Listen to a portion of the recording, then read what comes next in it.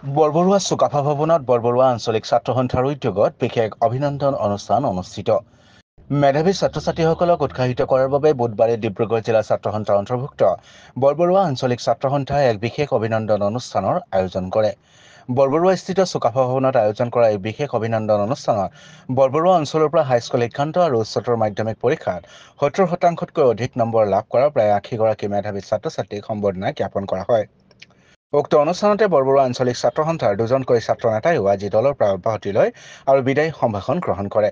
এটা অতি দুখৰ বিষয়, কাৰণ মই ২০১২ চনৰ পৰা বৰবৰুৱা আঞ্চলিক ছাত্ৰ সন্থা আৰু সদৌখন ছাত্ৰ সন্থাৰ এজন প্ৰাথমিক সদস্য হিচাপে জড়িত হৈ আছিলোঁ।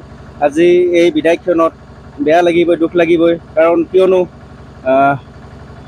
আছুৰ পৰা বেলেগ একো নাপায়, টকা পইচা বা কিবা কিবি মানুহে পায় বুলি কয়, সেইটো একো নাপায়। কিন্তু আছুত থাকি সদৌখন ছাত্ৰ সন্থাৰ লগত জড়িত থাকি মোৰ যিমানখিনি ভাল লাগিছিলে বা মোৰ লগতে যোনখিনি মোৰ সতীৰ্থ আছে, তেখেতলোকে যিটো আনন্দত থাকে, সেই আনন্দ সদৌ অসম ছাত্ৰ সন্থাৰ বাহিৰে বাকী ক'তো নাপায়। আজি এই বিদায়ক্ষণত বহুত বেয়া লাগিছে, কি ক'ম, ক'বলৈ একো ভাষা নাই।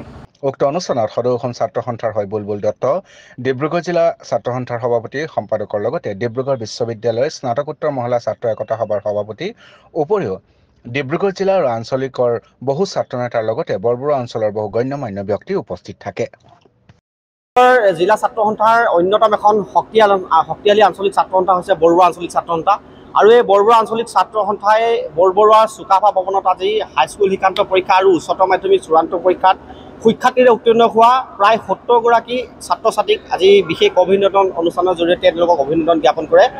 আৰু এই অভিনন্দন অনুষ্ঠানৰ জৰিয়তে ছাত্ৰ সন্থাই বিভিন্ন পৰ্যায়ত, আচলতে কেন্দ্ৰীয় সমিতি পৰ্যায় হওক বা জিলা সমিতি বা আঞ্চলিক সমিতি, বিভিন্ন পৰ্যায়ত এনেধৰণে ছাত্ৰ ছাত্ৰীসকলক উৎসাহ জনাবৰ কাৰণে আমি এনেধৰণে বিশেষ অভিনন্দন অনুষ্ঠানৰ আয়োজন কৰি আহিছোঁ।